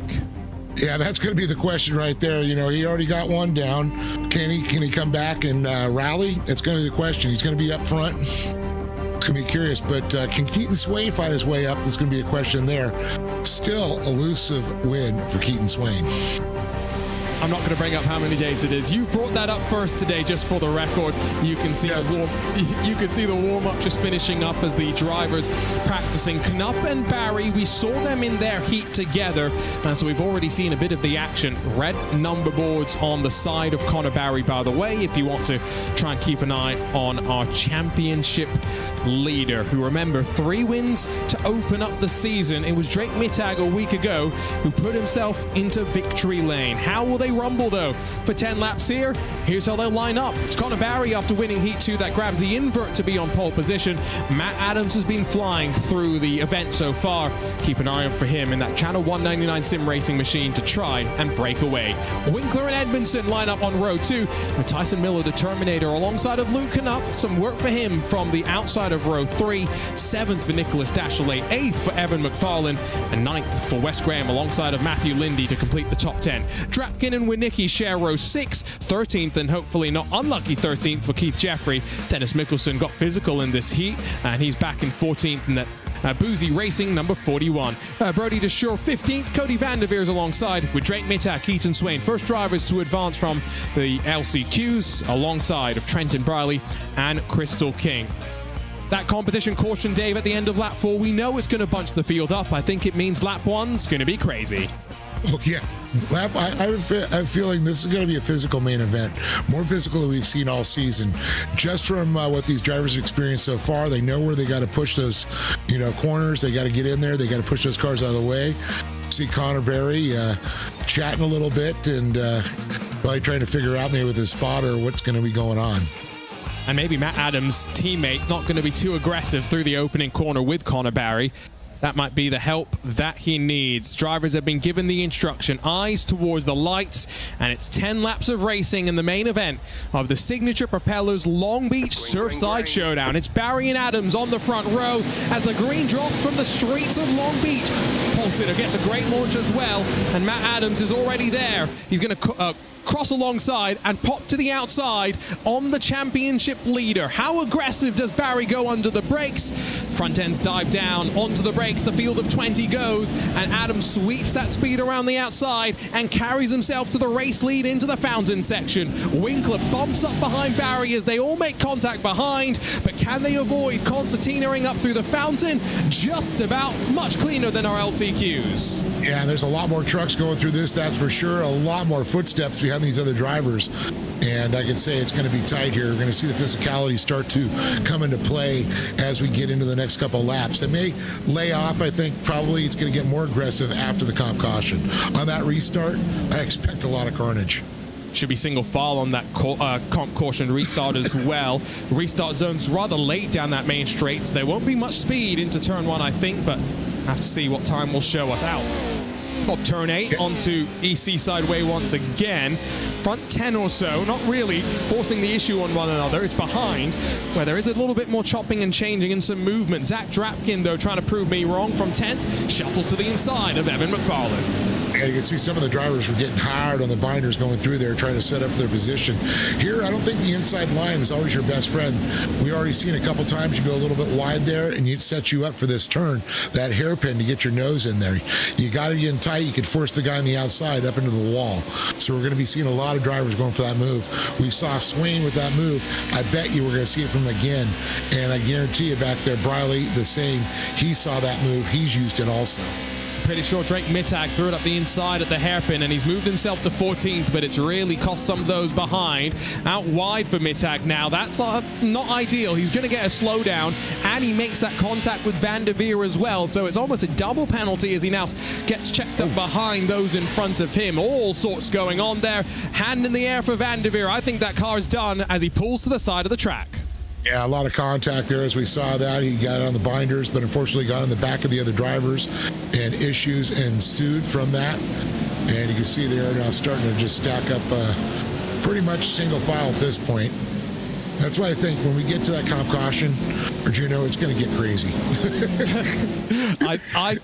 I know we're just in for the calm before the storm, but look at this at the front. This is interesting, right? Adams has not broken away. He's got Barry and Sean Winkler behind him, so it could be three fast trucks at the front of the field come that restart. Josh Edmondson behind, I think feeling a bit of pressure from Tyson Miller and Luke Canup, who hasn't really made his way forward just yet. We know how much Luke was looking forward to today. He won in the Pro 2s when the iRacing Short Course Series came here for an unofficial race a couple of years ago. Yeah, and you can see Sean, we're on board with Sean Winkler. He's got some good speed. Now there's a gap back to fourth right there with Edmondson. You talked about Edmondson getting tied up with the Terminator, Tyson Miller, just a little bit. But Winkler's got some speed. If he can just focus what's in front of him, as long as Edmondson doesn't try to force the situation, and get up on him. And I think we're going to see that, though. Again, I hate to reiterate myself, but the comp caution, it's really it's going to get nuts. We're going to see the lines get, more aggressive, I think. See, it's so interesting. I haven't ever been to Long Beach. It's on the bucket list, that's for sure. But I have commentated on it so many times with Indy cars before. It's just so weird. Not bad. It's good weird to be commentating on this, and it's been a lot of fun. We've said how much this should be a regular occurrence on our schedules. I'm thinking Pro 2s might be even more interesting because these trucks have four-wheel drive to power them off the corner. It makes it slightly easier in some ways, but also makes it a bit more difficult. As a road course racer, you always kind of want a rear-wheel drive machine. Gives you a bit more flexibility on the inputs to try and control the car. We'll have one more lap before that competition caution, so 2 more miles, 11 turns, and Connor Barry's right behind the bumper, the gearbox of his teammate, Matt Adams. And that's one thing you brought up about the different in the vehicles. The Pro 2s, the front end tends to push a little bit more. So you got to set up a little bit wider. You can't dive into the turns as tight, and they're not going to pull you out as quick. So it's a little bit more finesse to drive in the Pro 2. I think they can be more aggressive It's like, you know, the more prototypes or the more modern vehicles that have gone to the all-wheel drives, they seem to be a lot quicker. Yeah, because it's all off the corner as well, right? But it's just a slightly different driving style. Like you say, you square up the corner a bit more, you arc it in, and once that car is straight in the all-wheel drive, you can just put the power down, which, as an IndyCar person, that's why I've kind of fallen in love with on the sim for the most part when I drive. It just doesn't compute with my brain, but also hybrids don't compute with my brain. That's a different discussion as well. They're going to exit out onto the back straightaway, and Conor Barry still not close enough to Matt Adams to have a look, but close enough to have some concern, I think, that he could grab a 4th win this season. No one's going to get a lap back, so we're not going to spend too much time stationary. But what this is going to also do, Dave, is let these drivers cool down their tires, which might be a rather important thing. You see some side-by-side further behind us that looks like Keaton Swain on the charge. Yeah, you're not going to be going in and changing tires, that's for sure, on this one. I think letting the tires cool down, because it does affect the way these vehicles handle for sure. Now, remember though, when you get on the binders and you're coming into a corner on dirt, the front end disengages, so it allows the truck to rotate a little bit. Kind of wondering how that plays into, I really didn't think about with the asphalt. Yeah, no, those are all things that, you know, also setup-wise to try and compensate for. Yeah. Lindy, by the way, was the one in the fight with Winicki. That was not Keaton Swain, but I think he's just missed out on jumping in front before the competition caution. So bring things to a close, slow things down for the first half of the race. We'll get back going with 5 laps remaining. Adams, Barry, Winkler, Edmondson, and Miller, the top 5. I'd be curious to ask some of these drivers about the brake bias setups. You know, versus dirt versus the asphalt. Obviously, the more frontwards you have the brake bias, you'll slow down, I guess, faster, but you'll be able to turn less, right? Yes, yeah. So they lock up, you know, you're not going to be able to turn. But you also need it going into the turn, too. And you're not throwing the rear end out. The way Brian Till described this it to me like this, and I think this is a great way to describe it. There is a pedal, rather there is a cable effectively between the bottom of the steering wheel and the top of the throttle pedal. So when you're turning the wheel, you can't necessarily put the throttle down as much. If you want 100% throttle, you need the wheel to be straight, which is very true in all race cars, right? Whether you're on the dirt or on the asphalt. Yeah, that's true. That's true. See, that's I mean, it's amazing the setup to think about, like you just brought up. You know, in combination with how you set up with the braking and your gear ratios, tire pressures too is a factor. Yeah. I can't even imagine asking these drivers about tire pressures. Did they have to do it differently for the 4-lap race versus the 10-lap race, even with this hold in the middle? Sean Winkler, qualifying. Good point. That was a 1-lap session for some of these drivers. Let's not forget. Sean Winkler's locked in right now. He's ready to go. Yeah, and he's, you know, running that virtual reality where the other 2 drivers. I'm not sure what Adams is running, but Connor running the standard sim set. Not on VR. Not on VR, I think, for Matt Adams, but I could be wrong on that one. Our restart zone, I did mention it slightly earlier. It's deep, by the way, down this pit straightaway. So it's relatively close to turn 1. So we're not going to see too much speed into the braking zone, but it will mean that the field is going to be that much more compressed running out through the fountain section. So they're still pacing right now, but we're getting ready to go. Half this race left to rumble. And it's going to be Adams from Barry from Winkler. The top 3 that built their advantage in those first 4 laps. Are they going to be able to build up their advantage this time? Will they be allowed to? Because, as both Dave and I have been alluding to, we're expecting things to get crazy from this point forward. Lots of fiberglass to go flying. Yeah, definitely, especially this close to nose to tail. Will Adams be early in that start zone or late? Will he play a little head games with them? Psychological warfare could come into play. His teammate, though, is behind, so you expect maybe some coordination over the radio between the 2 just to make sure they can control this jump. They've also got Josh Edmondson in 4th, so it could be a Channel 199 sim racing 1, 2, and 3 by the time we exit onto turn 5, onto West Shoreline Drive. Here we go, into the restart zone, and off and away. You can see those behind not waiting as well. That looked like both Keaton Swain and Crystal King, but no change up towards the front of the field as they dive out through the left-hander. It's through the fountain where potentially there will be some opportunities. Winkler's got a great restart, though. He's right on the back of the top two as they pirouette out of turn 4. Yeah, this will be the setup through here. This is where we saw it last time, where the drivers change up the lines a little bit as we come into these net set of turns here into this left-hander. Looks like this is where the setup starts. Looks like the first gap is between Cody Winicki and Keith Jeffrey. So first through 11th, somewhat close. Lindy getting in front now of the triple, the triple 3 getting in front of the 88. We'll see if that gap continues to build. Already Edmondson, though, losing track of Sean Winkler. That was a gap that grew pretty quickly in the first stages of the race. Matt Adams and Connor Barry still locked effectively between a couple of car lengths.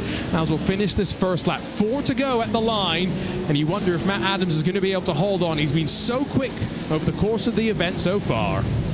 Yeah, we're already into the hairpin. I would have figured some action already through here. I mean, 4 laps is going to happen quick. This is, I mean, I'm amazed how fast these laps happen. 90 seconds or so for the drivers under full tilt. Edmondson alongside of the Terminator, Tyson Miller, as they cross the start-finish line. Look at the gap up to those front 3, though. It's large, and that's where Edmondson feels that pressure around the outside. Miller gets pushed wide, which means I think he's got to be careful that he doesn't pick up that slowdown we've mentioned before. Also be careful he doesn't do what Evan McFarlane's just done there, which is be pushed into the tires, the 444 in the wall. Yeah, that was not a good position for him, that's for sure. Now we're watching, you know, Edmondson. He's holding off at the gap. Edmondson was so worried about Miller. Now he's going to have to go into protection mode. But Edmondson's a seasoned racer. Whether it's been motocross or it's been racing on the sim, he's going to be able to focus what's in front of him. I think he can put Tyson Miller behind him in his head. He's behind him physically, but mentally needs to put him there so he can move forward.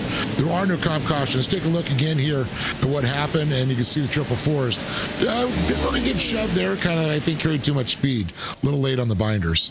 Maybe just not expecting the slightly cooler tires as well. Now, Matt Adams has had a couple of technical issues here and there, has disappeared from the track. What's that putting through Connor Barry's mind? What's he thinking as out of the hairpin one more time? They're really pulling their advantage behind Winkler. Problem is they're bringing along the 720 with them. A look from up above as the teammates go side by side for a moment, the KES Industries pair. Lindy has to watch out, though, because he gets tagged from behind. That looked like Trenton Briley as they slowed down through the hairpin. Front 2 back off to turn 1, pulling a bit more of a gap to Sean Winkler. Connor Barry, 3 laps to try and find his way back to the lead if he thinks he wants to get there. And I'm watching the fiberglass flying off now of McFarlane. Lindy and him on the bottom are battling it out as we look at the top and see our leaders, the top 3. Big gap back to Edmondson, my goodness. And I was actually kind of shocked that they gapped him out that much. These 3 have broken away. They haven't actually slowed down at all. You'd think that Adams would think about, oh, I got to protect. Oh, no, he's running his own race. If Barry's going to do something, he's going to make him, you know, work for it. I will just note Keaton Swain is in pit lane. He got tangled up, I think, on that restart. Crystal King's been involved in an incident as well, but she's still running, albeit down in 18th position. A difficult day for a couple of drivers fighting from LCQ2. 2 laps to go at the line, so just under 4 miles for these 3 at the front of the field. It's an opportunity for Connor Barry to grab yet another win. It's almost his 20th win in the National Series. On the other side, got 2 drivers that are going to be thinking they want win number 1 in the National Series. Some hungry drivers as we cross the line with 2 laps left to go. And look at Adams just start to pull away.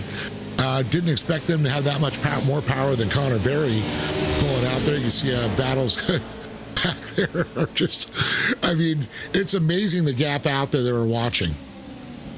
These 3 are at another level right now. And I gotta tell you, I'm impressed with Winkler. Winkler's giving Connor a run for his money right now. I think that's the big thing, right, is the fact that Sean Winkler, through the entirety of this main event, has stuck right there at the front of the field. Matt Adams, in practice at one point, was 7/10 quicker than everyone else. The field brought it down to roughly 3/10 or so, but he's not broken away by any means. He's been pacing around Connor Barry for the most part. onboard look with the Racecraft Academy 720. I'd like some lessons on how to drive a Pro 4 this well on a road course. As around goes Drake Mittag, smoking as well. That's a difficult end to the day for the Impact Sim Sport number 18. Yeah, that's not going to get him far right there. It's a shame for him. He worked so hard to get into this one. But that's sometimes the way the cookie crumbles in racing. Showing some good speed, though, so we'll see plenty more from him in the back half of the season. Remember, 5 rounds about to be complete as we cross the halfway mark of the Short Course National Pro 4 Series. There's going to be a look at a replay on top. Keep an eye out as well, though, as we get ready to start the final lap of the signature Propellers Long Beach Surfside Showdown. That was a 333 of Matthew Lindy getting caught up together with Drake Mittag. But here we go. 2 more miles left to play. Yeah, this is just incredible. I mean, just to see the carnage that ensued with these 3 breaking away. And the contact's been minimal. I mean, as I say that, there's a little bump from Winkler letting Connor know he's back there. The white flag's out. Final lap. A mile here at Long Beach to be decided, a new winner possible. I think you said it best, though. There was just a little bit of a lean, not too much contact between second and third. Matt Adams is in control, though. These 3 have been so closely matched. It's shown, I guess, that you had to, in some cases, be physical, be willing to make some daring passes, Dave, to make something work. In the case of these 3 at the front of the field, haven't shown much intent, but they also haven't made any mistakes. And like you said, Adams and Winkler looking for their elusive win they have not had. Connor Berry, you know, hey, if he takes a loss in this one, still keeps his points going. Looking at Luke Knupp, the closest one in points, he's back in 5th. So that is a couple more points he's not going to gain on him. It's just all building for another championship run for the number 2 as he slides out of turn 9. His teammate Matt Adams in front of him has just got 1 more corner left to go, though. On the streets of Long Beach, we expected someone new to come out on top. Weren't sure who it was going to be. It's Matt Adams. Last week, Drake Mittag became winner 21 in the National Series. Matt Adams is winner 22. He does it in the signature Propellers Long Beach Surfside Showdown. Connor Barry and Sean Winkler hold him honest all the way to the very end. This was great, and hopefully we do this soon, and hopefully before the end of 2025. I would love to see another road course now after this one. This is darn exciting. And I love the way they switched it up. I really love that. I want to see more of this added to the iRacing short course. The good thing is, I'm not sure if you knew this, Dave. I was kind of alluding to that through the course of the day. October 15th, we're going to Watkins Glen in the Pro 2 National Series. So we will indeed get another road course this year. Love Watkins Glen. That's going to be exciting too. Man, I'm just shocked at this one right now. Matt Adams, he came out swinging, fast qualifier, took top honors, took the win in his heat, and came out top. And it's what Channel 199 Sim Racing wanted in their team championship fight against Factory Sim Sport. But all eyes towards victory lane, and for Matt Adams, he'll burn it down on the streets of Long Beach. Only 2 tenths clear, though, of Connor Barry, who's just consistently at the front, even when not winning, makes his presence known. Sean Winkler, a blockbuster day for him as he grabs the podium in front of Josh Edmondson and Luke Knupp, while Factory Sim Sport do grab 6th and 7th with Miller and Dashalay in front of the other Racecraft Academy pair in the top 10. Wes Graham and Zachary Drapkin. Cody Winicki crosses the line 10th, the best of the Impact Sim Sport entries, with Team Gold's Briley 11th, McFarlane down in 12th with Brody DeShore, Dennis Mickelson, Crystal King, Drake Mittag, Keith Jeffrey, and then Matthew Lindy 18th, Keaton Swain 19th, I do believe, and then Cody Vanderveer at the back of the field. Tell you what, though, let's not keep our winner hanging around. Dave Arnold standing by with the driver of the 404, and victorious from the streets of Long Beach, it's Matt Adams. Matt Adams, you came out swinging. You know, you qualified on top. You took the heat win. And, man, talk about this race. Incredible. You're up in the front. You and Connor Berry, teammates. Tell me about it. It was just a great race. I love road racing. It was fun to come to my favorite track. And man, I got a great team behind me. Connor and Sean really did a good job not beating the rear end off my truck going through that hairpin. It's really hard here. Yeah, that hairpin, we saw it, of course, in a couple of the heat races. Definitely a few guys getting punted, a lot of contact. I think I saw the only contact, Winkler came up and gave a little bump to Connor. Other than that, you guys ran a very clean race. Was that a little bit okay, I don't have to worry about somebody beating me up from behind? Yeah, I think we just all work together so much, and whenever we're in a race like this, no one wants to be the person to send a teammate off into oblivion, so I knew they weren't going to send me into the fence, but I was ready for a little bump if it came, so. Well, talk about how you prepared for this race. I mean, this is something that we don't normally do, is come race Long Beach in a Pro 4. But, I mean, what was going through your mind, the setup? Do you guys really all as a team get together to, all right, you work on this, I'll work on this, and we kind of figured out what works? Yeah, we all just hop in a session, and I want to say Cam Pedersen, Josh really helped out a lot this week with the setup. It made a huge difference having some other people clicking around and figuring out what was best. You really have to throw the kitchen sink at something like this that isn't done often because no one knows what the best route is. And I think we found it.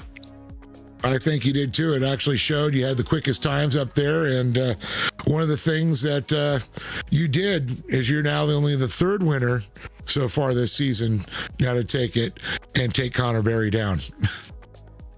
Well, yeah, we're going to try our best. And I want to thank Channel 199, Track Racer, and Racecraft for making this all possible. All right. Congratulations, Matt Adams, taking the win here at Long Beach. And I do believe Arjuna is standing by with Connor Berry. It's not another medal, but it's another podium at the very least for Connor Berry. Congratulations, Connor.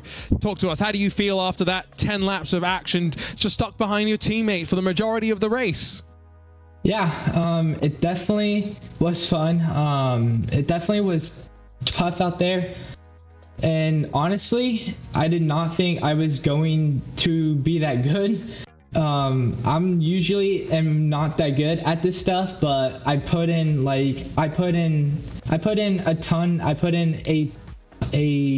ton of work. And I mean, I got to qualify in the second spot. I was able to win my heat race and I got P2. So it definitely was a good night. And I'm glad that I was able to walk away with a pretty good points haul. I missed out on 3 points, I believe, because I was able to get, I got the fastest lap. So yeah, it definitely was good, and I'm pumped. I am pumped on it.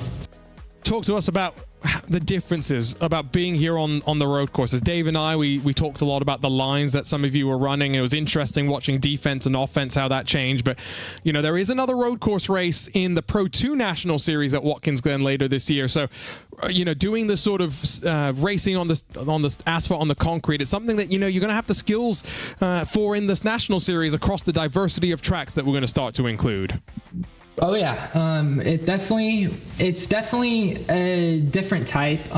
It's really about being smooth, and I think that's honestly why I was able to find speed fast. I always try and focus on being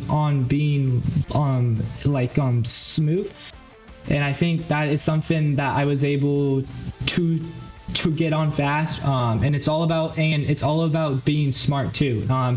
You have to time to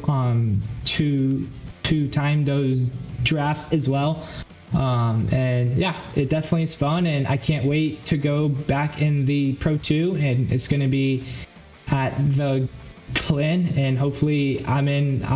It's going to be a better one. And I will be able to, I think I can go out there and win that one. So it's going to be fun. So yeah. Well, Connor, halfway through the Pro 4 National Series, leading the championship, things looking very well for you, all things considered. Congratulations on another great run. We'll see you next week as we head back to parts a little bit more familiar. Okay. Sounds good. Thank you, guys. Connor Berry in the number 2 Channel 199 Sim Racing machine. And now we have third place, Sean Winkler, standing by with Dave Arnold. John Winkler, wow, you found some speed tonight here. And it wasn't expecting, in a Pro 4 in the asphalt to see how fast you guys could be. But, man, you were right on par. I mean, Connor, you were glued to his rear bumper. I tried to be. I mean, he's a 2-time champ. He's multiple champ. Matt Adams is a Porsche iRacing champ. These guys are fast as heck. So to be that close with these guys, I'm very happy about that. Yeah, this was an awesome night. As good as it could have turned out for me, I think. Did you maybe put in a little extra time there at Long Beach trying to figure this out? I turned a few laps, maybe a few more than others, but I know this track okay. I've raced it before, so I understand it, and I like road racing anyways, so I think that's a little stronger than my dirt road racing. I was able to hit my braking points and kind of keep the truck underneath me, not slide it, make sure I entered the corners good, and we just kept our speed up, kept glued to Connor, and just brought her home. One of the things that Arjuno and I were talking about too is, the guys that are running VR like you. Is it a little bit more advantage because, you could actually look over, see how close you are to the wall, where it's a little harder with just regular monitors? Was that an advantage, you think? Well, I don't want to give away any secrets, but you are able to kind of spot your apexes, okay, in that thing. And if someone is getting close to you, you can kind of look behind you and take a look and kind of understand exactly where they are. So I think it's not a disadvantage, let's put it that way. I've enjoyed racing in VR. I've been doing it the last 5 years, and it's great. Yeah, it's awesome. Well, I got a big question I have is last year we saw a little bump on Connor coming in the corners, and we've seen this race early on in the heat races, the LCQs, they were a little bit more physical. I mean, was it you're like, all right, he's the points leader, but, I'm in third place. And, were you trying to say maybe I could force the issue? We saw it a couple times, forcing guys a little bit wider in their lines just to change it up. Were you in that, or you're like, okay, wait a minute, I'm not going to push this. I'm sitting third place. Yeah, I'm sitting third place. That's a great spot to be to get into the interview here. You get a good run here. The draft is huge. There's a giant power pole on the draft. So you get a good run, but I didn't want to, stuff it in the corner and take us both out or do anything too risky. I know at the end of the day, like you said, he's the points leader. Matt's running away with it, so I'm just going to hold my station. And if there is a mistake, obviously I'm going to try and take advantage of that, but Connor doesn't make very many. We ran a lot of laps practicing here leading up to this, so I knew how he races. He knew how I raced, and we just kind of did our race. Yeah, it was good. Well, last question I have for you, because Connor mentioned it, you mentioned it, the drafting. Not something I usually say in a Pro 4. Drafting doesn't really come into play. No, it doesn't usually come into play. Yeah, around It was big. It was big here. If your truck is clean and you have a good run, the draft is pretty strong in these trucks. They're giant boats, so if you can tuck in a hole there and get in line, you can get a nice tow and gain some speed. And that's where you're seeing that. I was giving Connor a little bump draft there down the straightaway, just kind of pushing him to the corner, but I wasn't going to do anything too stupid and ruin both our nights. So I just wanted to bring it home and have a good evening. Well, we're all stoked to see you up there. You had all you guys had a great race. So I know you probably got some people to thank for it. Yeah, before I do, Arjuna, I know you made a joke about me earlier not being able to close and sell a house, so I'm on the podium now, man. You kind of owe me one. But I just want to say thanks to Racecraft Academy. Thanks for them letting me drive for this team. It's been great. NLR, Real Broker, my brokerage. Everybody, watching out there tonight. It's been awesome having fans out there. Kenny, my man, thanks for tuning in. You guys, obviously, for putting on such a great broadcast. I love watching this back with the boys. It's super fun. So thanks, Dave. Thanks, Arjuna, and everybody else that makes this thing happen. Yeah, it's been great. Well, congratulations, Sean, man. It was good to see you up in the box, and can't wait to see what you do next week now. Momentum, baby. Well, he got things closed today on the track at the very least, so well done. For Sean Winkler, shut me up as well. Well, half the season is now done in this Pro 4 National Series. 5 rounds left to go. Dave, we'll have one more of our back-to-backs before we'll get at least a week off as we return to something a little bit more normal for these drivers. Return to the dirt, and I believe it's the Wild West Motorsports Park. Yeah, looking forward to going back up to outside of Reno and Sparks, Nevada. I'll tell you, one of the tracks that has the most elevations that we're going to see at any of these off-road parks. Very different compared to the flat track that we had today, but the streets of Long Beach, plenty of action to say the very least. First time the Pro 4 National Series has come here in the world of iRacing short course. It's Matt Adams that grabs the victory. He locks himself into the playoffs later this year. So much more to come. For the team behind the scenes, Dave Arnold alongside myself, Arjuna Kankipati. Thanks for your company, and we'll see you next week from Wild West Motorsports Park.